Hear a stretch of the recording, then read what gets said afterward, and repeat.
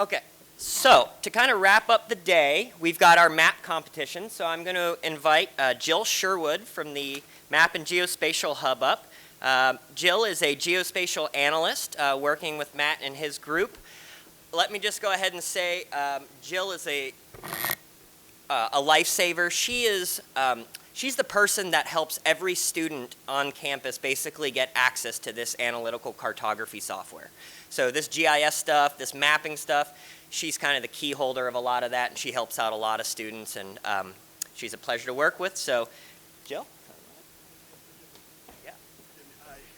I'm going to risk, again, using the last bit of my voice to further acknowledge the very dynamic role that Jill plays, far beyond distributing software licenses to students, which is absolutely critical here, especially at one of the largest public universities in the country, with an increasingly large GIS, Geographic Information Systems, user base. But that is a large chunk of what Jill has found herself doing right now, as we currently have a vacancy for a new map and GIS specialist, to whom many of those duties of license distributions will hopefully be assigned. But Jill is also a wonderful strategist for larger scale visioning on the future of geospatial data management. We are living in the era of big data, sure, but often overlooked is the fact that we're living in the era of big geodata. There's this proliferation and inundation with geotagged imagery and multi and hyperspectral satellite and global navigation satellite system constellations, not only our GPS system here in the United States, but also Galileo in Europe, and the Russians, GLONASS, and Baidu in China. So we have this proliferation of data. Great. We need someone like Jill with her expertise in data management and data strategizing to help us think of long-term data preservation and data distribution strategies. So this may seem like a long rant, but it was warranted to basically say to you that I rely on Jill for so much, including the successful execution of what I think has been a very good day one. So without further ado, thank you for that, Nick. I just want to say, let's give it up for Jill Sherwood here. And take it away, Jill. Well, thank you for that, Matt. I'm just going to say, even when Matt has lost his voice, I'm still his more soft-spoken counterpart. So if you can't hear me, let me know.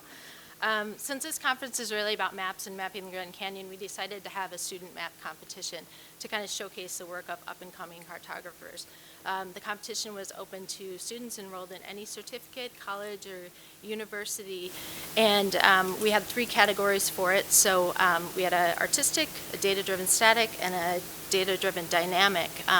The only thing that we asked of all of the categories is that they focus on some aspect of the Grand Canyon, as this is a conference about the Grand Canyon. So we're very excited to get a fair number of submissions for this, and so we'll kind of get on to that. Before I announce the winners, though, I'd like to acknowledge just the judges for their time in this. The 3 categories: the Best Artistic Map category, the judges, Dory Griffin, who's sitting right here in front of me. Thank you, Dory. Alan Meisinger, who's not here, and Karina Wilhelm. She was here, but I'm not sure if she must have left.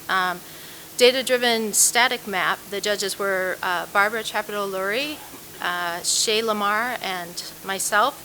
And then data-driven dynamic map was, again, Barbara Chapito-Lurie, myself, and Stephanie Dietrich. And unfortunately, no one took us up on the offer of the dynamic map, so we were kind of left with the 2 categories, but we really did get some really good submissions, so we were happy about that. And with that, Dory's going to introduce the Best Artistic Map winner.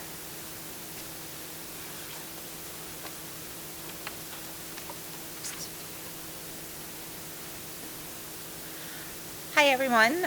So Karina and Ellen and I had the really delightful job of judging the Artistic Maps category, and all 3 of us felt quite unanimously that Elizabeth Moore's series of maps, which we're about to see with just a few words from Elizabeth's artist statements about them, really offered an original perspective, dynamically interpreting the idea of mapping the Grand Canyon. So there are 3 pieces in the series. The first is Rise, which consists of 13 separate panels that make up a continuous image. So any additional art historians among you know that a diptych is an image sliced into 2 pieces that are set next to each other, and Elizabeth tells us, so this is a 13-piece or tridiptych image. It's a hillshade capturing the exact position of the sun at 9 a.m. on February the 26th, 2019, when the ultimate play of shadows are cascading down the canyon walls. The next in the series is 3D. So this is a stereoscopic anaglyph of the Grand Canyon at sunrise at the same day and time.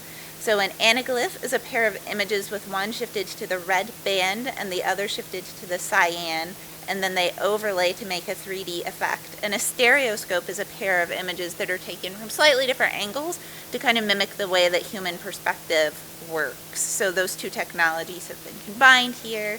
And then finally, we're looking at horizons. And Elizabeth reflects on how John Wesley Powell was the first white man to explore the Grand Canyon, to step foot in the Grand Canyon in February of 1919, a really huge step in exploration. And now we consider the Grand Canyon one of the 7 wonders of the world.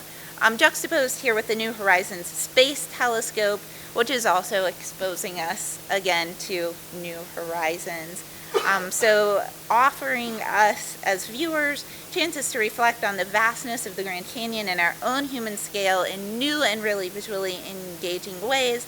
On behalf of the judging panel, I'm really happy to present this award to Elizabeth Moore. Elizabeth, are you here with us by any chance? We'll track her down. Thank you. Well, we have these really nice certificates, so Elizabeth, if you're watching or anything, we have this for you when you're ready for it. So the next category, the data-driven static category, this is really about integrating various sources of data into a creative, insightful, informative cartographic product. We had some really good submissions for this, which made it hard for Barbara and Shay and I to really decide on this, but after looking at some of the maps, we chose Anna Reiling's map from the University of Denver, and she did a series of geologic trail maps of the Grand Canyon. And this is just one of her products. I'm just going to read her kind of view of this whole map, and it's a really beautiful map. She did 3 of these, so pretty stunning. These maps combine a geologic trip log and guidebook with the utility of a topographic trail map. The concept is for anyone, regardless of geologic or navigational aptitude, to use the map to hike and gain a deeper understanding of the canyon's geology by pausing at each geology stop to read about and observe a geologic feature of interest, such as stream piracy, the Tanner Graben, or the Great Unconformity. The map also contains trail info, elevation profile, water sources, backcountry zoning, and history. And then on the reverse of each map is the map legend and a series of graphics and photos, information about the geology of the canyon. The color scheme from the rocks on the map is continued through the graphics on the reverse, and almost every feature on the map is data-driven. So some of the comments from the judges, we really were impressed by the amount of information that she included in this map, and also the way that she laid it out. Each and every one was just a beautiful piece of work. She combined an amazing collection of data, stories, and maps and imagery from a wide variety of sources to create these products. She created geologic maps that are very functional and informative representations of the geology of the canyon that are obviously accessible to a wide variety of users. In addition, she took a lot of information, a large amount of information, combined it all together into an easily readable product. So on behalf of the Data-Driven Static Committee, we wanted to present Anna Reiling this certificate also. I don't think she's here. She's from the University of Denver. You are here. Oh, that's amazing. Oh, yay. Oh, come on up. That is amazing. I'm so happy. If you say anything. Go ahead. Come on, enjoy your moment. You're here.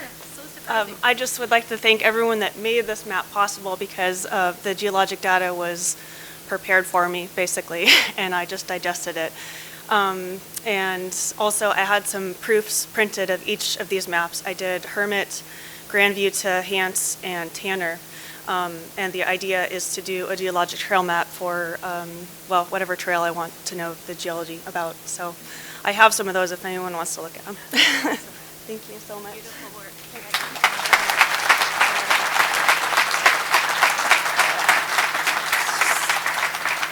So with that, congratulations to Anna and Elizabeth, and thank you all of the students who submitted. There really were some great pieces of work, so thank you.